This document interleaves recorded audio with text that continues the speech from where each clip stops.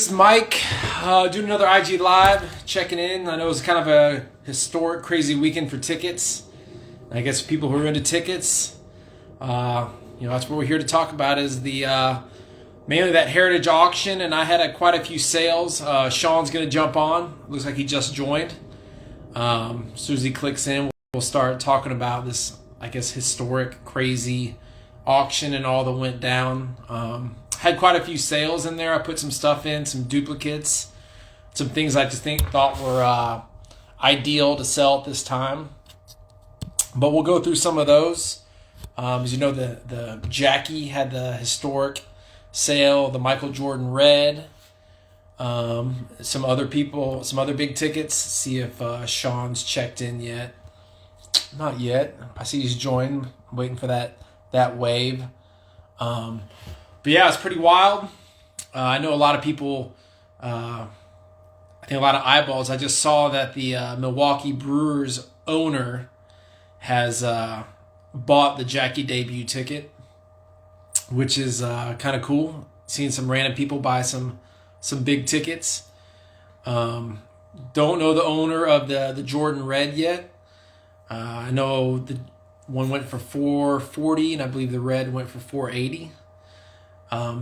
Some other few tickets went for over $100. I had the Jordan Debut that went for $100 plus. The Lou Gehrig Luckiest Man speech went for $100. So quite a few other ones. Still looking for Sean. You able to check in, Sean? I don't see asked to join yet. I just see a wave. I see some other people have jumped in. Let me see. All right, we got about 7 or so people checked in right now. I don't know if Sean's connection is in yet. Oh, request to join. There it is. It's in now. Oh, I got the message. I requested it. I think I hit the button. Let's see if it came in or not. Oh, there it is. What's up? Can you hear me okay? Yeah, I got you. I for some reason it wouldn't go through. I requested the whole time, so sorry to. Yeah, it didn't pop up. For some reason I had to click on some little button. Maybe it's a new feature on the IG Live, but looks like we're in. We need like a techie producer or something. Yeah, I know a few people said sometimes your audio isn't 100%. I've only heard that once or twice though, but I don't know. It always sounds fine on my end, so I don't know. I think it sounds fine. See, we talked about this. We need to upgrade our technology. Yeah, I think the next one we're going to try to do the thing. This is always kind of let's do it tomorrow. And then, I feel like we can't get all the bugs figured out with the other setup yet. But I think the next one, we need to do it on what was that website called? StreamYard. StreamYard, yeah. We'll go through YouTube. Yeah. All right. So, pretty big auction ending. You have some stuff? Man, I don't know. Where do you want to start? You want to start with the big stuff? You want to start with my stuff? Well, I think we have to start with the big stuff because we have a new all-time record in ticket stub sales, and for me, I think it was kind of a surprise. Don't you agree?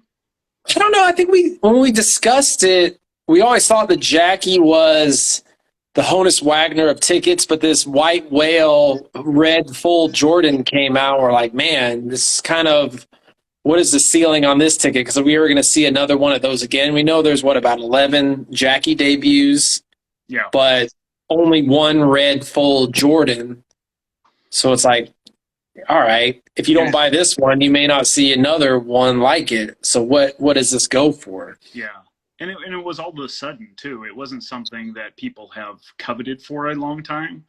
Right.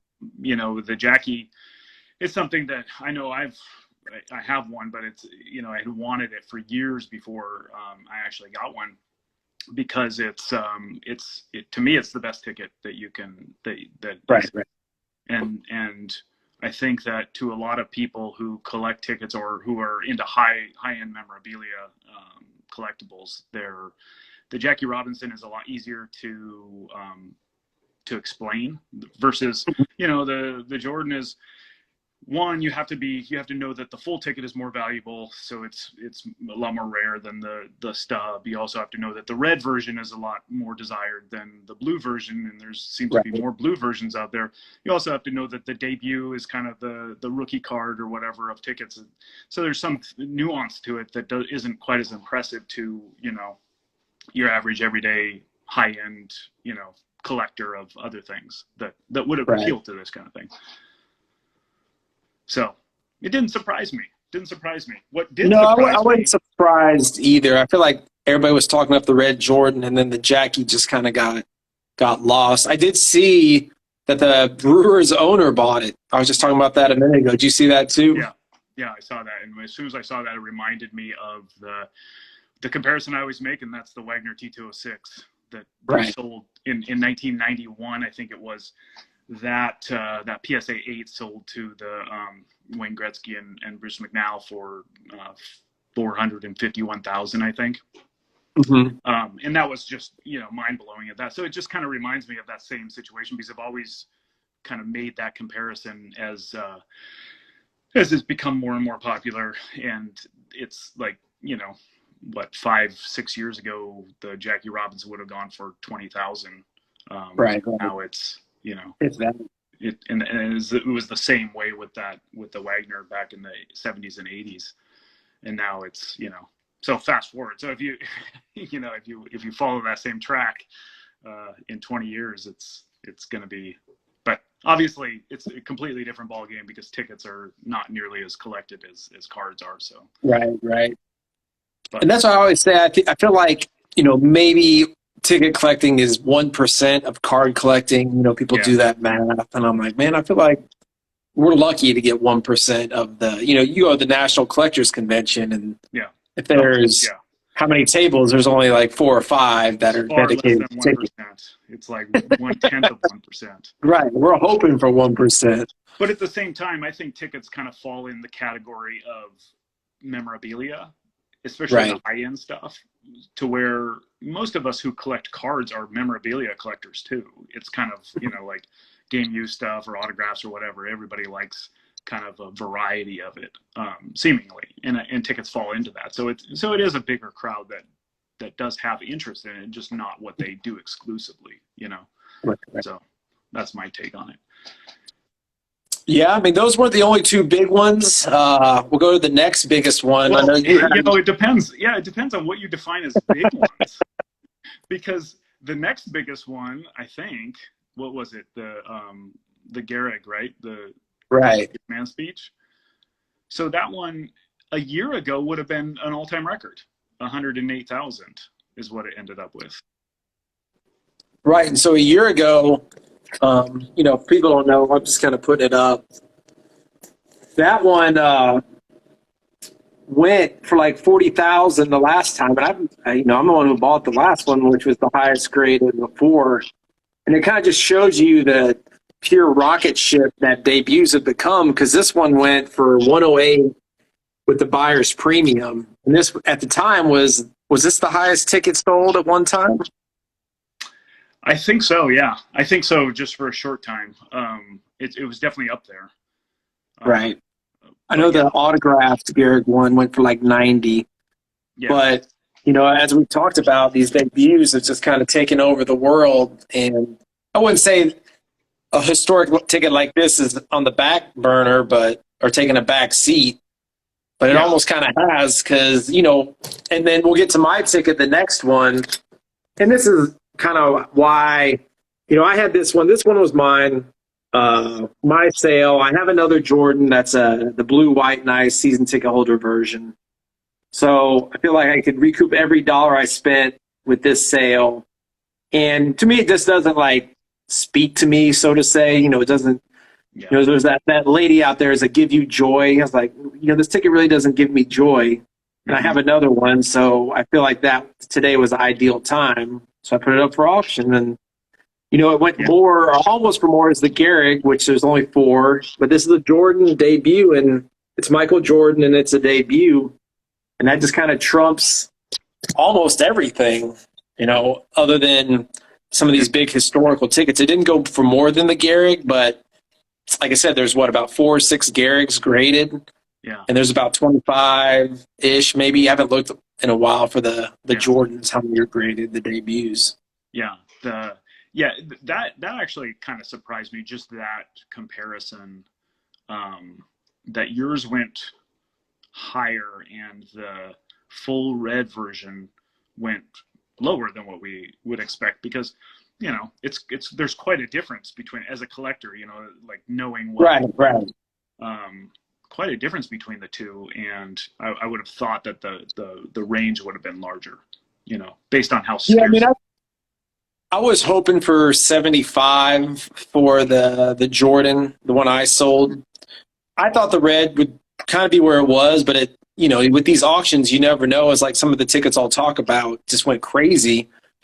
And another thing about these auctions, before the extended bidding time, you get that 30 minutes where if somebody bids, you get another 30 minutes. Somebody bids, it's another 30. Well, before we hit that, like 2 hours before that time, it was at 45, and I'm like, man, I don't know if I'm going to get to 75. But these auctions just get crazy in the last couple of hours, and people just get in bidding wars, and it's on.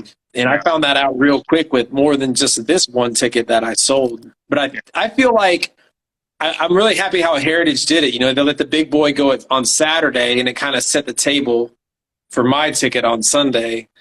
When 468 is kind of the top bar, it's like, well, I guess if you can get another Jordan for 100, it's a pretty good deal. Yeah, this is all I've got, because they don't come up for auction very often, so it's right. But I would say I was very happy with the sale. I got it a couple of years ago for a fraction of what it went for. Sure.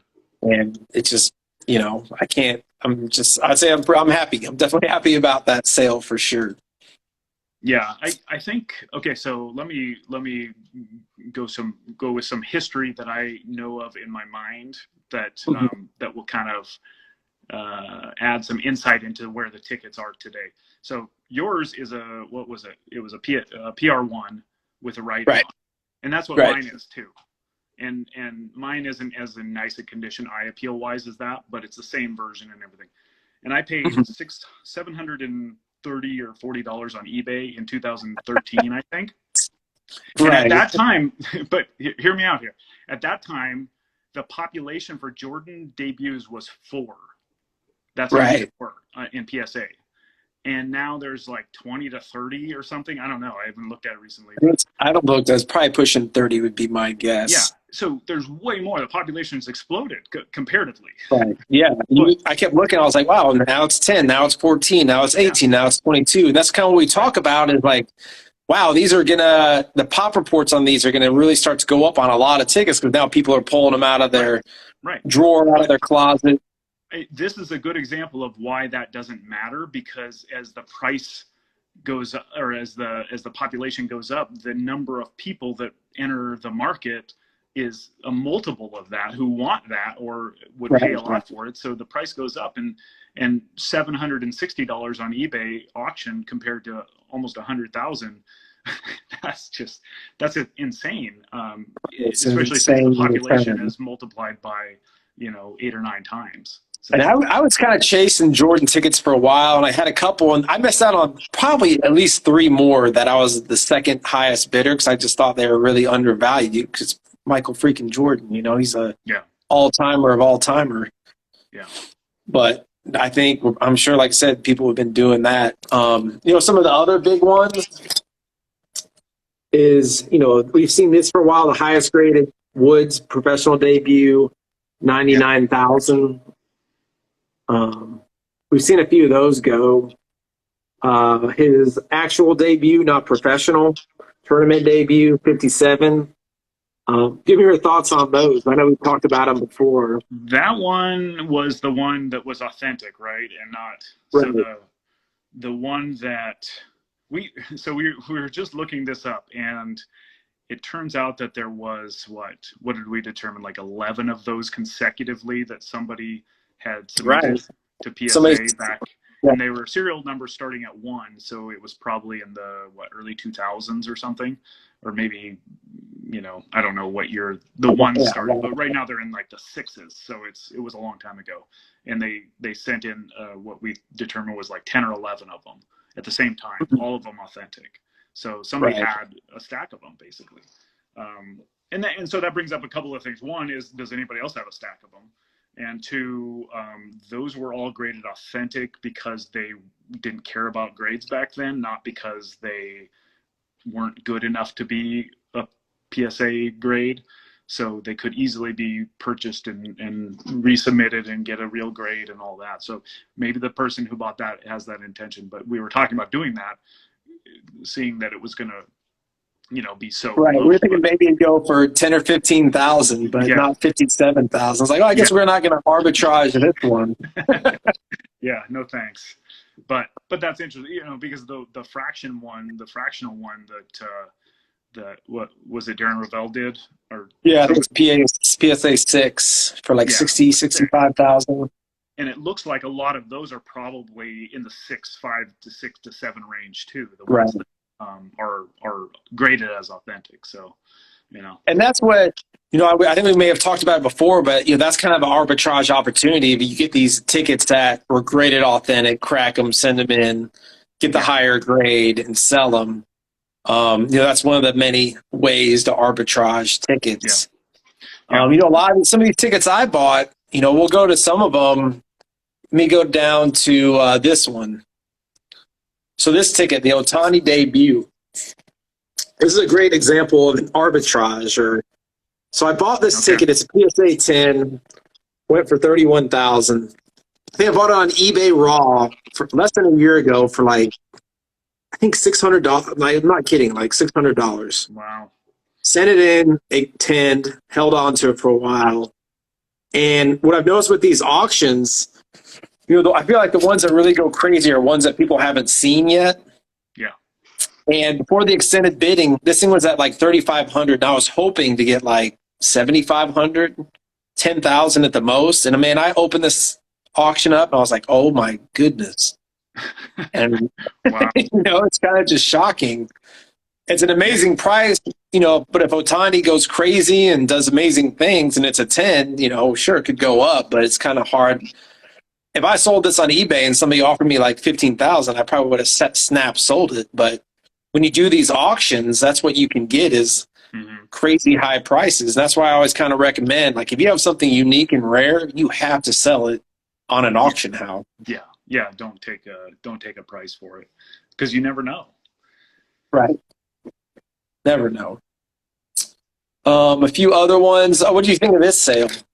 So this was the Wilt laminated 100-point game for almost $50,000. I thought that was pretty surprising how high that is, and kind of shows you the strength of like kind of how we say that's kind of a Mount Rushmore of tickets. Yeah, I think you almost have to put that on there. But laminated and writing on it, not super. Right. It's beat to hell. But like I said before, it's probably the worst version of it. So if you wanted one at the lowest price you could get, one, might be it. But it actually more than I thought. Yeah. Laminated and written on the back and beat to hell, and still got 50 Gs. And that's one of the only ones I think we bought in on the fractionals, right? Was the Wilt 3. Yeah. So, I think we're pretty high on this ticket, and I really wish I had one. Did you consider bidding on it? I did, but I got so wrapped up into my auctions. There's another one I was going to bid on, and I kind of forgot, and then it was too late. And I thought about this one, but I wouldn't have gone to 50, no way. Yeah. But if it was in the 20s or 30s, maybe, but man. That's kind of how I 50. That's kind of how I felt about it. But I thought maybe you had that trigger finger, that itchy trigger finger with all that credit you had. I thought about it with the credit, and I was like, well, it's still cash. And some other ones. There's no way. Here's a good example of what just I don't agree with, or what I wouldn't spend my money on. It's basically the. So you got the little Stub PSA 9 Yeah. for 40K. Then you got a season ticket holder version with an auto, Yeah. goes for less for 40K, but it's only, a PSA authentic ticket. Yeah. And I know we've talked about it, the ticket guys like us. I mean, I'd much rather have the season version, but the card guys, and I guess the majority of collectors want that grade. Yeah. To me, that's the biggest head scratcher. Those two compared side by side in this auction, because the stub of the box office version is, so it's a PSA 9. That's, I don't know, but it's also signed, and we've talked about this before. Like Tom Brady signatures add automatic $100,000 to a ticket, right? Exponentially, almost. Yeah, I don't know. That's a really odd one, and some of these you just don't know what people are thinking, but yeah, I'm sure that PSA 9 is the highest grade. Like there's no 10s probably. Yeah, I think there is. I don't know.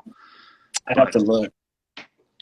Yeah. This one, man, this was a high number. The Kobe professional debut, the summer league game. I was like, dang, people spend money, 40 G's for a summer league ticket. It's like, it's not my thing, but that was Ticketmaster. Like pretty impressive. And that's the other thing I think we're seeing is, man, the Foles are just seeing a huge, it's Foles and grades. That's like the magic formula right now for high prices.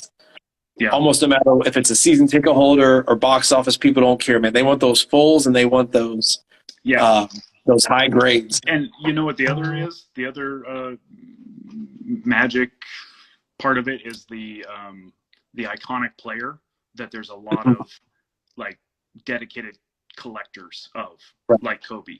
If you have some random, Hall of Famer that might have been a great player, but there's not a lot of collectors of that player, it's not nearly as desired as like Tom full. Brady I guess the ultimate magic formula would be what? Full, high grade, low pop report, and autographed. It's like if you can get all that has a lot of collectors, yeah. Right, like that's almost the ranking, and then maybe not in that order. And then it's like the season ticket holder box office version is fifth out of all those things. Yeah. And to me, I almost put that first. Yeah, auto is awesome, but man, people just don't. It doesn't matter almost. Like, give me that full, give me that box office over some low grade season ticket holder version. Yeah, is kind of it's interesting, and it kind of just shows how the market is evolving, and we're in the middle of it now. So. It might be completely different in a couple of years.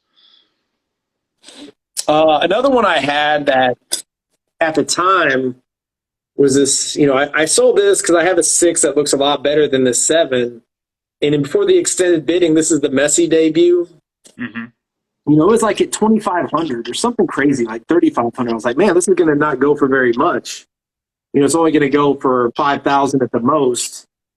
And then, man, people get into it, and the final hammer price, was 18. And it's just crazy to me. What's the record for that ticket? One on Golden went for 45,000. It was a full 7 that looked really good. Yeah. So people are kind of saying, if it doesn't look that great, even with the high grade, they're not going to go crazy on it. That's kind of why I sold it, because I don't love it. It's not. It's faded. You can't really see all of it, but it's got sharp corners. The fading is a real turnoff for me. How do you even know for sure? Maybe you can see it a little bit, that it wasn't just. Yeah, you can barely. The picture doesn't give it justice. You can see when you have it in your hand, you can see kind of the numbers and stuff, barely. But it's kind of weird how they grade those. It's like, we don't care if it's faded or not. We really only care about the corners and the sharpness of it. Yeah. It's a good one to get rid of. Yeah. Some other ones. I wanted to buy this one. This one I kind of forgot about it. But, man, it went for 12, 14. And it's the Rumble in the Jungle ticket. But it was raw. It's got a crease in it. But that's a product of a low pop report. There's like 4 or 6 of them or something like that. Yeah. But, it went for a total of 12,000. I wanted to get another bid on it because I had the other 2 Ali Frazier's. But, I remember listening to the radio, and it seems like if you talk to the average person and can name two boxers other than Ali, who do you think people say? For the greatest all time? Or just say, what pops into your head? Give me two boxers.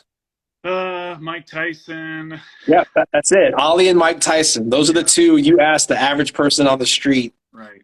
It's Ali and Tyson, which is kind of interesting because, Tyson, by the boxing purist, isn't considered probably even a top 10 boxer of all time. But, man, people love that guy. That's true. I know. A while back, I don't remember what auction it was, but I saw a ticket and I really wanted it, and it went for like 2,000 something back in the day. Mm-hmm. And it was Mike Tyson's first ever professional boxing match. And it was just nothing, like no name. I forget where it was. Yeah, but it was this, a nothing event that maybe a few people attended, but for some reason somebody had it. And I wish I would have got it, but that was years ago. I forget what auction it was, but that would have been a good one. Something that's really surprised me in the last year or 6 months. This was my ticket. It was Jackie Robinson's World Series debut. And I never would have thought, this is a ticket. I think I'm almost positive I bought this. I didn't even see that. That's like a $500 ticket. Yeah, I think I bought that ticket at Nationals. I think it was in a program. The guy was selling a program and a ticket. Right. I was like, I really don't want the program. I want the ticket. And he sold it to me for like $400. Yeah. Got it graded. PSA 4. Was that last year? Yeah, I think it was about a year ago. I think it was at the last National. Talking to that same guy and going through doing the same thing. He must have got someone already. But, man, have you noticed that recently is that the World Series debuts, like first Olympic debut, have just gone crazy in the last year? It's definitely shifting that way because, there's only so many actual debuts out there. So people who want these things, they have to move into something else. So postseason debuts are an easy one because there's lots of them out there. So you can actually find them. But I think that's a cool ticket. But, man, I'm not into it. I really literally just bought that to resell, basically, because I thought it was a really good deal. But I never, ever would have thought that would go for over $11,000. Yeah, that's really surprising. I didn't even realize that. I didn't see that one because I didn't have it saved. But that's because most World Series tickets, when they're stubs, usually the high-end World Series tickets are full because those are rare. But the everyday stub is just, those are super common because 50,000 people went to that game and every single person saved their ticket because it was a collectible. So there's lots of them out there. So there's some money to be had, I guess. I keep looking at so many dang tickets here. The Cold Shot went for 10. I really love that ticket. I think I put a bid on it and kind of forgot about it with all I had going on. A Rushmore ticket, a signed Jordan gold medal ticket went for 10. I was a little surprised. Maybe the auto wasn't that great or something because Jordan autos are crazy. But it looks all right. I think it was just authentic. Auto was a 9. So, that's a pretty – this one I liked. I said, I got caught up in my own stuff. It's the Dream Team Gold Stub went for 9. And kind of after that, this one, did you see this one? This was ridiculous. This is like what I feel like this is uneducated ticket buying. You know what this ticket is? I didn't see. What is that? This is the Kobe 81 game, the bottom part of the ticket. Oh. See what I went for? Yeah. Wow. And it's a 4. And you can go on eBay right now and get a full ticket for basically almost the same price, maybe a little less. But that much? The 81-point game? Wow. The 81-point bottom ticket stub went for, and that's just people just having no idea and seeing it and be like, oh, cool, I want it, and having no perspective of what else is out there. Yeah, and the bottom half is that's, I don't even, so the torn, if that was a torn ticket, maybe it wasn't, but what some people do, which is really annoying, is they'll tear a ticket after the fact and sell both halves of it as stubs. and because that wasn't a ticket that you tore, right? Like nobody tore those. Right. Isn't that true? I don't know. Some did. I think that was in the era with the barcode, but some are ripped. But you can find a full. They're not too hard to find. I mean, they're expensive, like $4 or $5 grand. So but there are torn versions of it. Okay, so that's probably not the case for that. But why would anybody get a hold of that when it was the usher who took it? They should have, like, I don't know. The audit stub half of the ticket doesn't appeal to me as much as the fans, the part that the fan takes. Because the audit stub should have been used for auditing purpose, so they knew what the attendance was. That was the whole idea behind it. Right. And so if those got out into the public, they got out through, some means that it shouldn't have occurred. And so they weren't like natural supply, I guess. But that's just how I feel about the audit stub half. Here's one more that I talked about where it's another one that I sold that basically, I'm not this is Giannis's debut. And this is another one of those, if you ever want to arbitrage a ticket, it's go get it signed, go get it graded, and then you can sell it. So this was a PSA 9 that I got before. I got it raw, bought it, got it graded. It came in 9, saw that he was signing for like $350, an autograph. Got it back, graded it again. So it was a 9 with an auto 10. So, I mean, what do you think a Giannis debut that as a 9 without an auto would go for? If I didn't know how much this one went for, I would say 2,000. Right. So I would think a Giannis 9 would go for like $5 grand, right? Yeah. $4 or $5 grand, maybe less, maybe more. Mm-hmm. With this thing auto, granted, it's the highest with an auto. It's mint 9 with an auto 10. That's what it went for. Yeah. So it just shows you the craziness, the arbitrage opportunities that you can do by buying a raw ticket, getting it autoed, getting it graded, and then posting it. Well, it's crazy. It's insane. It's obvious, and if you're really fast, you could do this and make money at it right now. How long do you think that'll last? Because anytime there's an opportunity to make money, everybody does it, and then it gets flooded, and right. And it's not available anymore. And we've seen a guy who has like 20 of those now, right? 20 or 25 graded debuts, and that's another reason why I sold it. I was like, man, that's a lot that are going to hit the market sooner or later. Yeah. Granted, Giannis wins another title, and who knows? It can keep going up and up. Sure. But it's just, I'm willing to take that right now, 10 days out of 10, than to hold on to it and hope that it keeps going up for something I don't love. I'm not a Giannis lover. I don't love the ticket because he's not on it. It's not his, but it shows nothing to do with him. It has Carmelo on it. Yeah. So that's but it's just crazy the arbitrage opportunities you have by just getting something signed. Yeah. Is insanity. Oh yeah, we've talked about that quite a bit. That the signature adds way more value than what you would think it would, given the cost of getting a signature of a guy that signs actively. Like if it's somebody who just doesn't sign or somebody who's deceased, that might be a little different situation. But right, and like here's a good example. I bought this ticket. I'm like, well, okay, this is the Jeter flip game, right? I've been wanting to get a ticket for a while. I bought it a while ago, got it graded. I think if I auctioned it ungraded, who knows? It'd go for maybe 5, 4, 5, 6, more or less, maybe 2 or who knows? Something like that. Yeah. But if I get it autoed by Jeter, it's almost like the sky's the limit. And I feel almost like a dope if I don't get it autographed and sell it, because I'm leaving, I would think $5,000 or $10,000 on the table, right? Let me show you an example of this. And I've never gotten an autograph before. I've gotten lots of autographs, but I got autograph on a ticket.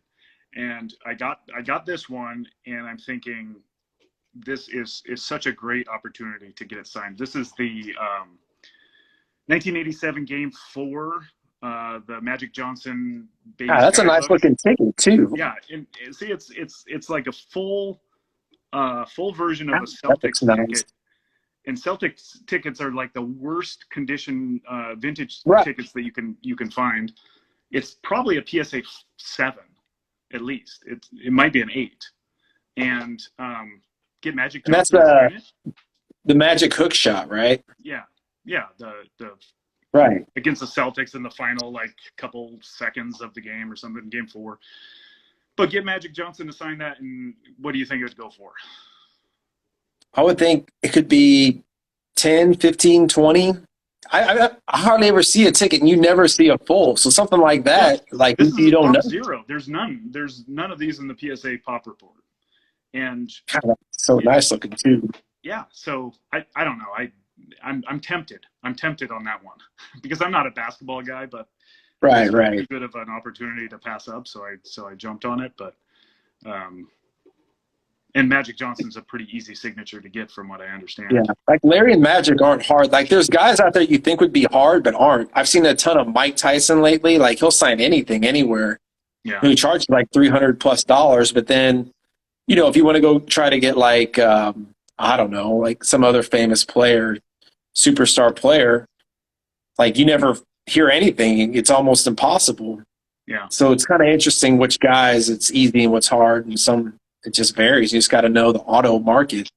Yeah. And that's like another way of you can buy guys tickets can get signed that are desirable. The sky's the limit. The other thing I've noticed is and we just noticed this today, I don't know if you did, but Ken Griffey Jr., they announced a signing. Are you, do you have any interest in getting any of your tickets signed? See, they're all slabbed and cracking them out and getting them signed because I have every Ken Griffey Jr. important game ever, but cracking them, getting them signed, and then getting them graded. It's definitely work and time consuming for sure. It just doesn't appeal to me. But I do notice that all of the sudden everybody wants Ken Griffey Jr. related tickets. So now would be the time to sell them. If you were. For sure. He seems super hot right now. Get his 32, Justin we know said Tyson stopped signing tickets. Fitterman messaged him 2 weeks ago. That's actually pretty surprising that he's not signing, man. He signs him everything. Maybe Justin knows why do people decide not to sign tickets? Why specifically tickets? Is it what do they care?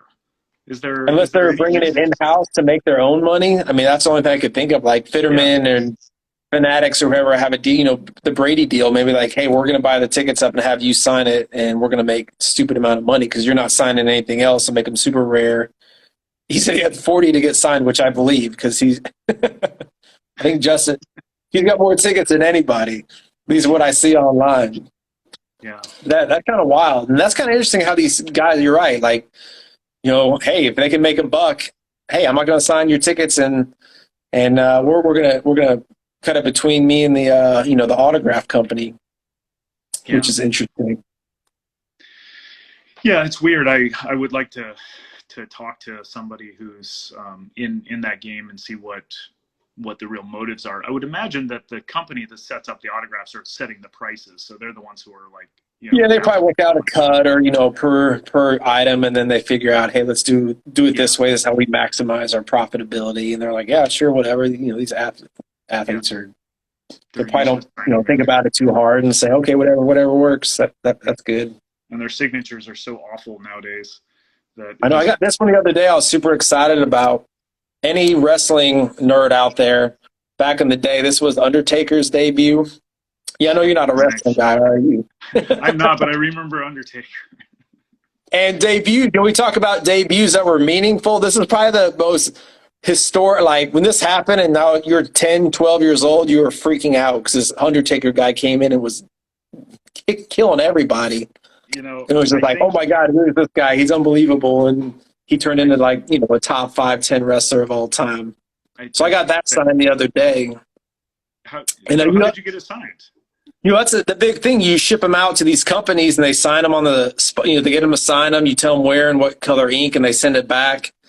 And you just kind of have to put a lot of faith in the process. How long is that process from door to door? Usually you get a month or 2 heads up that they're doing it. You send it to them. You get about it 3 or 4 weeks after they sign. So usually you're looking about a 2-month window. Yeah. Sometimes they say, oh, it's February today. They're signing in June. So, all right.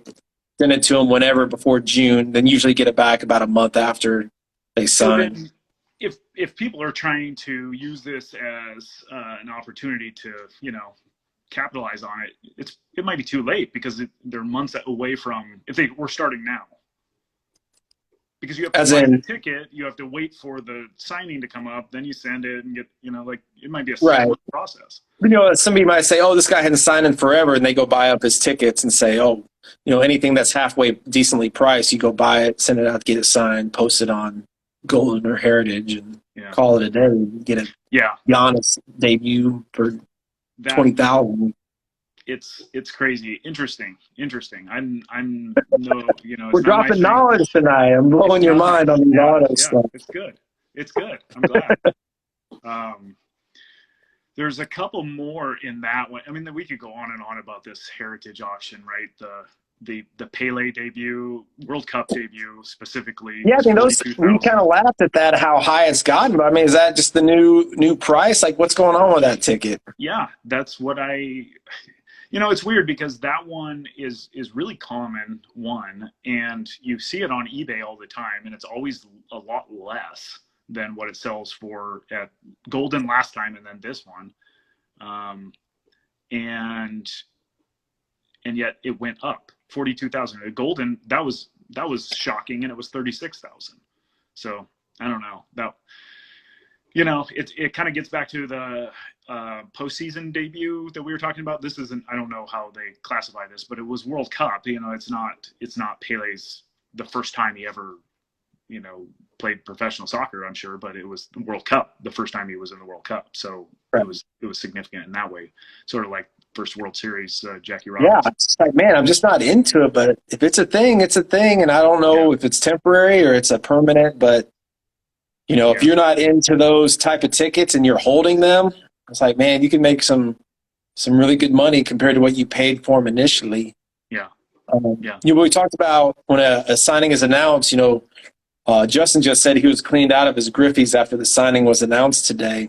Yeah, I know. It's like he needs to get the inside scoop when it's going to be announced so he can raise the prices. Yeah. Sean, like, it's in your time. You can get all of those Griffeys. You probably have probably one of the top Griffey collections in the world. Like, you can just go crazy. Yeah, that's not my game. I wish I had duplicates. If I did, I would sell them. But I do have a nice Game 5, and I'm like, man, I'd like to get Edgar Martinez and Griffey to sign that, but it's kind of a small ticket. But I was like, man, that'd be really cool just as a collecting standpoint. That would be. Yeah. Like a Mariners dream ticket, Mariners fan dream ticket, the double. The problem with it is small, and if you had both of them on there, then it would take up the whole ticket, and it would look kind of right. That'd be writing on it. That's the thing, though.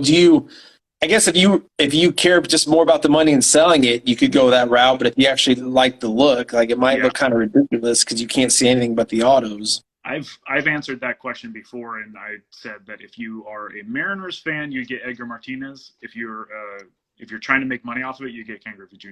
Right, you get both. Yeah, if you got both of them, you might be, Yeah, I think people probably. It's good to. I don't know what would sell better, but I think it's cooler to have both as a fan. And collector. Sure. Were there any other tickets you think of that? Like, oh man, we got to talk about that one. That was wild. I think we covered most of them that I was, I mean, there's a lot. On the same kind of conversation with the autographs and all of that, the Golden. Did you look at the Golden auction, the new one? Yeah, there's just so many to start digging through. It's very autograph heavy. Everybody's people are already on it. I mean, that's I guess that's just the way it goes. Like I said, is there a buck to be made? People are going to do it. That's for sure. One thing I posted on my little IG. So I always said I'm going to start selling when I see tickets on the fractional sites, which was one thing that has happened. Mm-hmm. Quite a few, and when I see a Jackie go for auction, which we have seen now, and a big Jordan Red. And I always thought, okay, if those things happen, is that the market top? Is the next 3 to 6 months like kind of the peak, the temporary peak, the permanent peak? Are we going to have a reset? how do you feel in the next 3 to 6 months about, tickets? Well, I think it's one of two things. One is, like you're saying, this is kind of the peak, and it crescendoed with the Jackie Robinson and all that.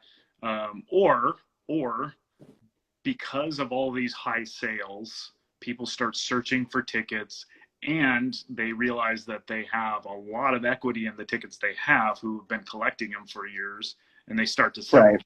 and we start to see more. And that could either kind of flood things, or it allows more people who would like to get in with the good stuff.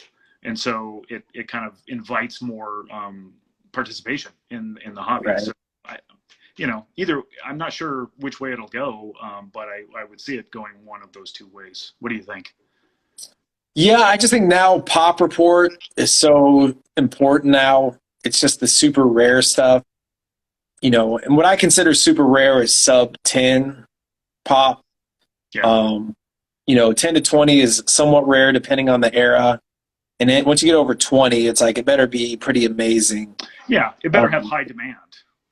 Right. And that's what I think a lot of the card guys don't realize is, to us, a high Pop Report is over 30 or 40. You're like, ooh, let's get up there. To them, 30 or 40 is a nothing burger. It's next to nothing. But that's kind of what we see, and stuff that we feel like we won't see a lot more tickets hit the market once, like a flood, kind of like with the Messi debuts. I've seen a ton of those. Right. I'm always a little hesitant like that Otani. I don't know how many more Otanis are out there, but I feel like there could be just a stack. It seems like it, because I remember when that happened, and it was early, or it was recent enough to where there were a lot of ticket collectors who were specifically after that ticket. So I remember you could buy them on eBay for $100 pretty easily at that time. So then it's like, well, a collector, and that think about that Messi debut. Like, collectors weren't really buying; it was flippers. And if you get a lot of flippers buying the same ticket and they're trying to flip, well, supply starts overwhelming demand. Yeah. And I think it just has to be tickets that people are buying to hold. And that's why I feel like historic tickets are more like that over debuts. I feel like a lot of people buy debuts. I'm going to sell this, in a 6 months or a year or two, instead of like, I'm going to hold on to this till the day I die. Like, right. And that's the kind of Jordan. Thing you want. Yeah, my Jordan Buster Douglas. Yeah, exactly. I'm not going to sell that like the day I die. Some other random historic events. Like, I'm never selling this ticket. I don't care unless it goes insane. Yeah. Crazy amount. Right. An amount of money that would be life-changing. Right. So those to me are like the one, the Gehrig speech. That's not a ticket that everybody in the world is looking at. Right. But to me, that was the best one in the auction, other than a super low pop on that too, and historic, and it looked great. And I was bidding on. I was trying to win it, but I got outbid. And that's one that a collector will take. Nobody who's trying to flip it, get it signed and flip it, they're not trying to get that. So it's that appeals to me. That concept really appeals to me, and that's what I look for personally. But yeah, and I think that's always a good way to follow if you're just buying almost for like investment purposes. Like, man, if it speaks to you, if you love it, it's something you would want to hold to the day you die, then that's probably hard to lose on that. Right. Yeah, there's other people who feel the same way. Yeah, agreed. So I don't know. We can talk about this golden auction another time, but yeah, I think we can jump into that. Yeah. Did anybody that's watching have any questions about anything? If you have any questions, you can feel free to shout them out. We'll maybe go through them and see.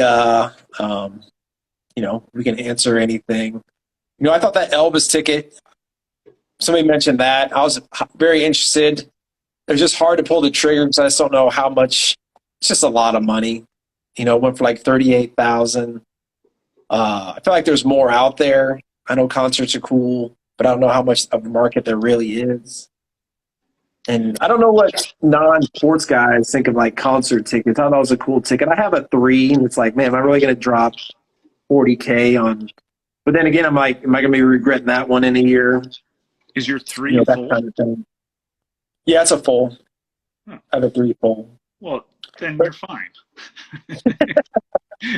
That's kind of although you probably would have sold the 3, right? Right. I don't plan on selling the 3. But if you want one. Yeah, I would have liked to, but things just get crazy, and it's hard to like pull a trigger on something that's not has a huge market to it. Yeah. But yeah, I guess I'm not seeing any other questions. Did you? I know I have a list of things. Did you have any else to touch on going forward, or anything you've picked up? I mean, I showed you this one. I had, a couple other things, but just nothing big. Did you get anything new? Yeah. Oh, here's a question. Would I rather have a 1.5 and an authentic? I think I'd rather have an authentic just because it makes people think, oh, could I get this cracked and make it go higher? And 1.5 is kind of spare in a 1. Like my Jordan was a 1. In reality, would rather kept it authentic. But if you know your ticket's beat to hell, I don't think it really hurts to say, oh, just make it authentic, because people know it's beat to hell, and it's going to be a low grade. Is that what you think? For me, I don't think it really matters. But when I get it graded, when I send them in, I just go with whatever the number grade is going to be. I don't really worry about it. But when you're that low, although you're right about the potential for cracking and the authentic, because you don't know what the grade might be. But again, that's not really my game, so it doesn't matter to me. Yeah, I think the question was just answered. If you want authentic, you have to put in the notes in the comments like, hey, I just make this ticket authentic. And then and you can do that. And a lot of people used to do that with tickets because they didn't care about the grade. It didn't matter. They just wanted authenticated and slabbed. And so there's a lot of, especially vintage or serial number lower than 4 to begin, that are authentic, that would probably grade a decent grade, depending on what it would be. So Jay Rizzo said, what do you think of cracking a perfect 10 ticket to get autographed? What are the chances of getting a 10 again? This is a good question, because I have a 10 Giannis, and I thought about cracking it and getting it autoed. But man, you never know with PSA. Like, you think you have a 10 and you send it in and get it back, and they tell you got an 8 or a 9. Yeah. So it's always a risk. Like a 10 that gets turned into a 9 with an auto, maybe worth as much as a 10, maybe not. It's hard to say, but it's pretty damn risky to do that. Like, if you were me, would you crack my Giannis 10 and get it autoed and resend it in and see if I get a 10-10 to make it like stupid, ridiculously expensive, or just roll with the 10?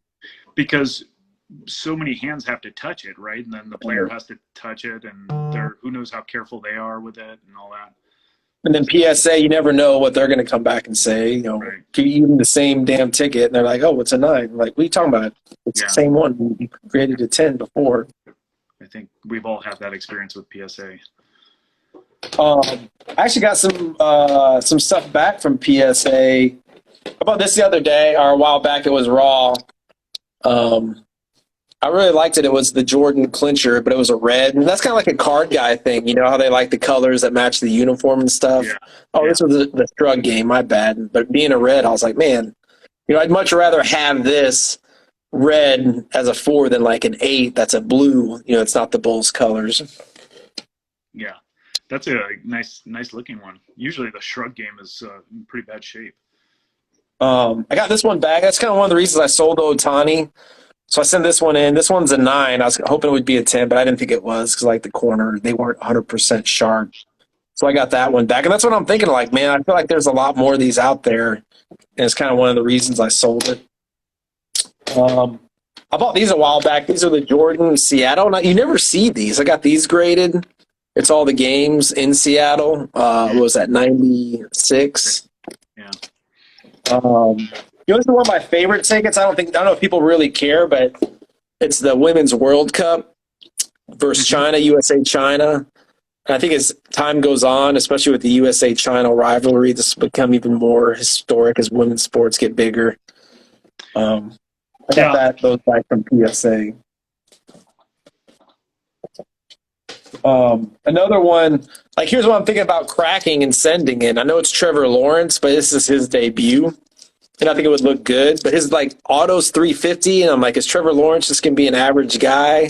You know, do I crack this and send it in and get it graded? You know, that's kind of the things you know, you think about when you're really trying to maximize the value of your ticket. Yeah. I know you wouldn't do that though. Well, no cracking, no autoing. Yeah, maybe that's gonna change soon. I don't know. Too much opportunity. DT Auto said, have you guys talked about any tickets you've been recently watching? Like that are going to be coming up for auction soon? Well, we looked at a bunch of Heritage. I know you look at, you know, you're a baseball debut guy, right, for Hall of Famers? Yeah, there's a couple at the Leland's auction that's going to be, I think, what is it, a couple of weeks down the road, but the highest graded Ken Griffey Jr. Debut is in that auction. So with that signing coming up, I wonder if that one will just go nuts. It's a PSA 6. Right. Like, what do you think? Like $9,000. So I mean, is that a $50,000 ticket now? Yeah. And is it signed? If it's signed, is it a $100,000 ticket? Anyway, and then there's the Ozzie Smith that I talked about this one a while back, but Ozzie Smith debut, it's pretty tough to find those. That one's in there. So a couple of interesting ones that are. And there's another Wilt 100, which gets us back to how when a ticket goes crazy in value, then all of a sudden, you know, you start seeing them all over the place. And this is a pretty rare ticket, but it seems like they're up for auction everywhere. Yeah, I think people just have so much equity in it. They're like, damn, it's hard to like, I bought this for $8,000. I can sell it for $100. Right. You know, Justin makes another good point about, you know, if you crack a ticket and get it signed, you can return the label, tell PSA to remove the old one from the population so it doesn't create two in the pop report, which I think is pretty good idea, especially for tickets with the low pop. Yeah. So it doesn't, I've thought about that before, and I think that that's a great point, and I guarantee you people don't do that, and so it can artificially inflate the pop of some of these tickets, because that's happening all the time. I've checked on their site. I wonder if, Justin, you know, if you actually have to physically return the label, or they'll take like a snapshot of the cracked ticket. Because I could see a lot of people not taking the time to actually mail in that actual PSA. Definitely more work than people want to deal with. Yeah, I've heard of people doing that with cards as well. So I don't know how common it is, but it would be nice for the collecting community if they did that. Right. So. Well, I think we been on for good 45, 50s. I think we got one more question. Can you guys show some tickets that you have ready to send to be graded? Are you sending anything in that's about to get graded? I already sent some stuff in, but I'm not. Once the lowest rate goes down, the $25 economy rate comes back, then I'll have a whole stack of them. But otherwise, I'm not really. Don't have any plans to send it. Maybe I have some higher end like this. Well, my Barry Bonds debut, it needs to go in, and then this one that I showed earlier, I need to get that sent in. But yeah, for sure. I know I got this one. I got more than one of these. This is the Hand of God ticket. There's actually one on gold. I'm really curious to see what it goes for. I bought a few of these back a while ago. I said there's a lot of messy debuts, but I thought I got a good deal this one on eBay. And now, it's all about full and the clearness of it. So they may send this one in. But, man, all PSA cares about is, like, the corners, and I don't think with that corner it's going to get that 6 or 7 that you really need. See, yeah, and that's why I don't think that people should get so hung up on technical grade. Right. And a Luca preseason debut. I got some Luca, a few of these, so I'll probably send that in. I don't know what I'm going to do with this. I actually have two of these. I have one that I didn't get signed that was already graded, and there's only like three out of those, so I may just hold on to that and stuff. I'm just kind of piecing. I'm like, you know what? Why am I going to get this graded if I'm not going to ever sell it? So that's kind of for a $50 price. So that's kind of where I'm at right now. But I don't have really much that I'm dying to send in. But you have two of those, you said? Yeah, I have another one that I got graded a while ago. I think it's like a 4. It's actually a better, but I didn't crack it. But I'm like, man, should I crack it? Because it's the freaking Undertaker, and his auto looks cool, and it looks good on the ticket. So maybe I should do another one. That's one of those things that you were talking about earlier that you never see. That's really unique. That could just go nuts in auction because nobody ever sees them. You can't just go on eBay and buy one of those. Right. So. Yeah, those are ones that are the super, super low pop reports. Yeah. Do you guys use top loaders for tickets? What brand? I like to use the currency ones when I send in the PSA that are the side slits. This is what I just bought. The Card Saver 5s.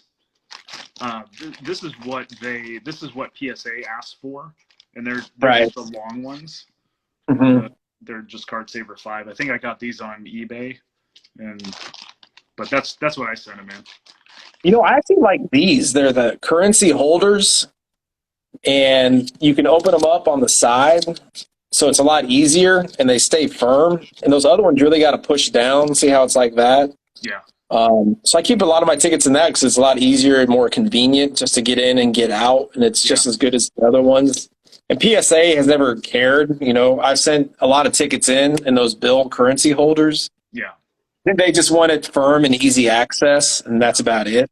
Yeah, they have the requirements, and I've sent them in top loaders too because I don't have something for the larger ones that don't fit in the other stuff, and I've never had any pushback on sending them in. Yeah. It's really just making sure that they're between the cardboard and wrapped in blue tape or whatever. And these are good holders for these Super Fit Innovations Limited. They're top holders. You put your actual ticket in it. Yeah. It's like a sleeve. This is too big for this one, so it doesn't get all scratched up. Because I've had tickets get scratched up. Do you have that brings up? Do you have the medium size ones of those? I think I got different sizes. Yeah, I don't know what I have. The small ones are easy because that's the size of a card, and the large ones they have that's good. But the medium ones, I can't find one that fits those snugly. Or snug. Yeah, I would have to look and see what else I've used before, but those have kind of been the go-tos for those sleeves, and they work out pretty well. Yeah, lots of options. Well, if nobody has any other questions, I think we're probably at a good stopping point. Yeah, almost an hour. Yeah, it's a big weekend. Yeah, a lot to talk about. Well, maybe MLB will get their crap together and get something signed today or tomorrow, but I'm not holding my breath. Yeah, I think that owners are too busy bidding on auctions this weekend. Dude, for real, get your crap together. It's embarrassing that they can't figure something out. I think people are going to be pretty ticked about, more disgusted, Yeah, I already am. But if they do get something figured out, it's easy to forget about it. So. Somebody's asking about Cage Lawyer made a comment. I'm trying to find it. Oh, yeah. Did you see that earlier? Basically, he posted on his, I don't know, do you know who he is? He's like a podcast. Oh, yeah. What was that post about?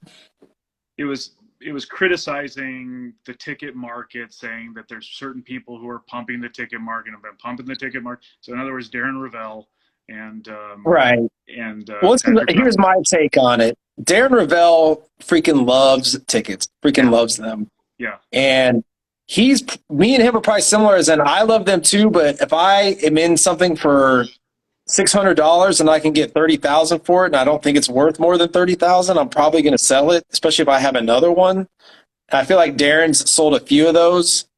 I know VVG Club, he's investor, speculator. I think he kind of like talks them up, but I think he really likes tickets. But he's also the same. Like, I'm in here to collect, and if I can make money, I'm going to do both. And I really like making money. And I think these are awesome. And he's right. He talks about low pop reports, things like that. Like he had a big post today on one of his stories about how hard it is to find certain tickets, and he's 100% right. There's been tickets I've looked for years that I still haven't found. I want to find Game 7 where Dirk beat the Spurs, a Mavericks beat the Heat championship. There's other things I can't think of that I've been looking for that you just don't see that I know are out there. And that's, where the value comes, because supply and demand.